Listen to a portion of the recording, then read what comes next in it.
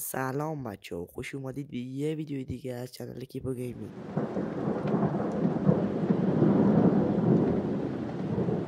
بچه ها براتون یه برنامه کاشلگ آوردم که واقعا خیلی خوب و برای هر دوستیم فرستادمش ازش راضی بود و براش خوب کار کرده که برای خود منم لگ منو خیلی کم کرد. یعنی واقعا خیلی برنامه خوبی و هر کسش بگم کم گفتم. و خب بریم سراغ دانلود کردنش. شما وارد فروشگاه پلیتون میشین و گیم بوستر رو سرچ میکنید و این برنامه رو دانلودش میکنید. و بعد از اینکه دانلودش کردین میایید و وارد برنامهش میشید که منظور همون گیم بوستره. البته وایسین یه لحظه من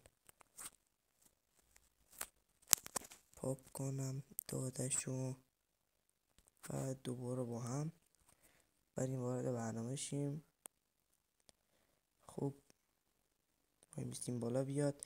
خب بچه وقتی بالا اومد شما روی این آیکون به علاوه میزنید و اینجا برنامه‌ای که میخواید بهش کاهش لگ بدین و تیکشو فعال میکنید و میای بیرون و روی این گزینه میزنید و میرید اینجا مهمترین جاه، یعنی مهمترین قسمتی که شما باید خیلی بهش دقت کنید و بچه نکنین اگر رزولوشن گوشی شما روی 960 که خوب بیاید میزنید روی 1280 و اگر روی 1440 که بیاید میزنید روی 16000 و خب اگر هرچی هست بالاترشو بذارین و برای دیوایس من همون 1280 خوبه.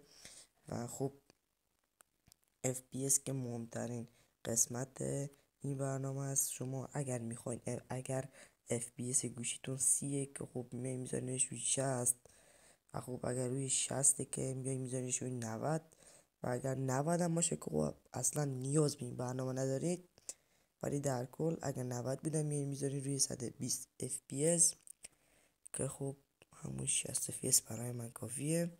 و اینو حتما روی لو بذارین، یعنی حتما روی لو بذارین که لو حتما چون دیگه نداره، حتما باید روی این باشه. و خب بعد از اینکه روی این گذاشتید، یعنی خب بچه اینجا رو بهتون گفتم این رزولوشنه و خب این رزولوشنه و اینم FPS و اینم که باید حتما روی لو باشه. و بعد از اینکه این جاتون رو یعنی این قسمت رو کامل کردین روی این گزینه پایینی میزنید و وای میستید که همه چی رو ثبت کنم.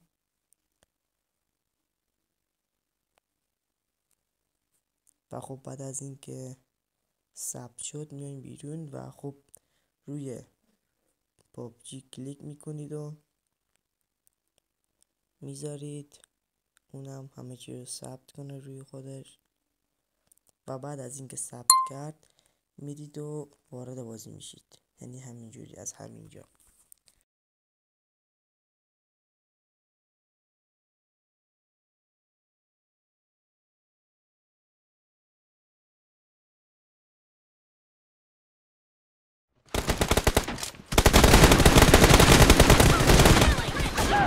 Killing spree for the red team!